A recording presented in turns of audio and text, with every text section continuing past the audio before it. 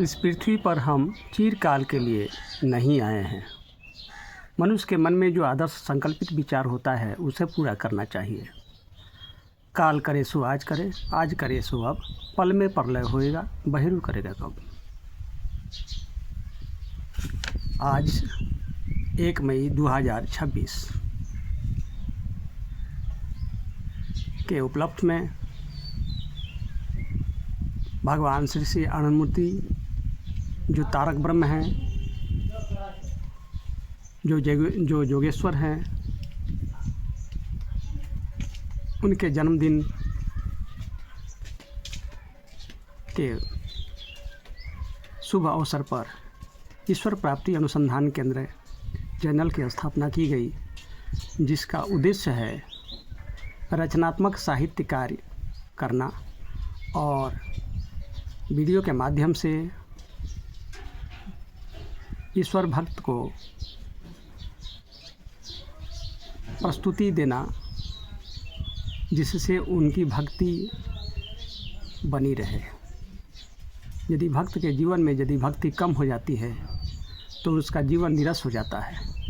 तो इस नीरसता को दूर करने के लिए ईश्वर प्राप्ति अनुसंधान केंद्र चैनल महापुरुषों के द्वारा लिखे गए साहित्य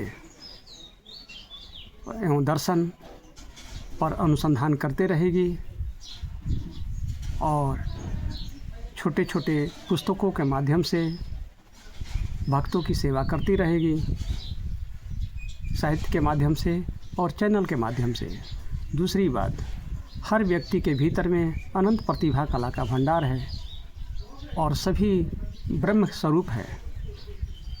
सभी में अनंत प्रतिभा कला का भंडार है, परंतु वो अपनी प्रतिभा को यदि चाहे तो वो साधना के द्वारा प्रखर कर सकते हैं, उभार सकते हैं। प्रकृति त्रिगुणात्मक है, सतः, रजा और तमा। तम रजगुण की वृद्धि से मनुष्य का ज्ञान विज्ञान ढक जाता है। ये हम नहीं कहते हैं, योगेश्वर भगवान श्री कृष्ण ने गीता में गाया है। तो रजोगुण तम, ये दोनों प्रकार के जो गुण हैं, इससे ज्ञान और विज्ञान ढका हुआ है। यदि व्यक्ति साधना करें तो उनका मन जो है वो उपरामता को प्राप्त करेगा, और जब तीनों गुणों को उल्लंघन कर जाएंगे तो फिर अपरा प्रकृति से परा में प्रकृति में प्रवेश करेंगे। परा प्रकृति ही परमात्मा की चेतन प्रकृति है। उसमें प्रवेश करने पर मनुष्य प्रतिभा का धनी हो जाता है। इसलिए हर मनुष्य को साधना के द्वारा अपनी मानसिक स्तर को ऊंचा उठाना चाहिए और एक प्रबुद्ध मार्गदर्शक के रूप में समाज में सेवा करनी चाहिए। इसी उद्देश्य को ध्यान में रखते हुए ईश्वर प्राप्ति अनुसंधान केंद्र की स्थापना भगवान योगेश्वर तारक ब्रह्म महासंभूति के द्वारा गीता उपदेशों पर आधारित है, जो सभी मनुष्यों को इसी जीवन में ईश्वर को प्राप्त करने के लिए प्रयत्न करना चाहिए। हजारों मनुष्यों में कोई ही मनुष्य भगवान को प्राप्त करने का प्रयत्न करते हैं।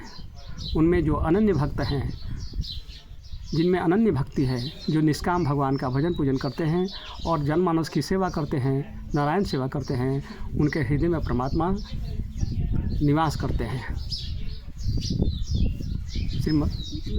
श्री तुलसी जी महाराज ने भी गाया है, मन कर्म वचन मोरी गति भजन करहु निष्काम।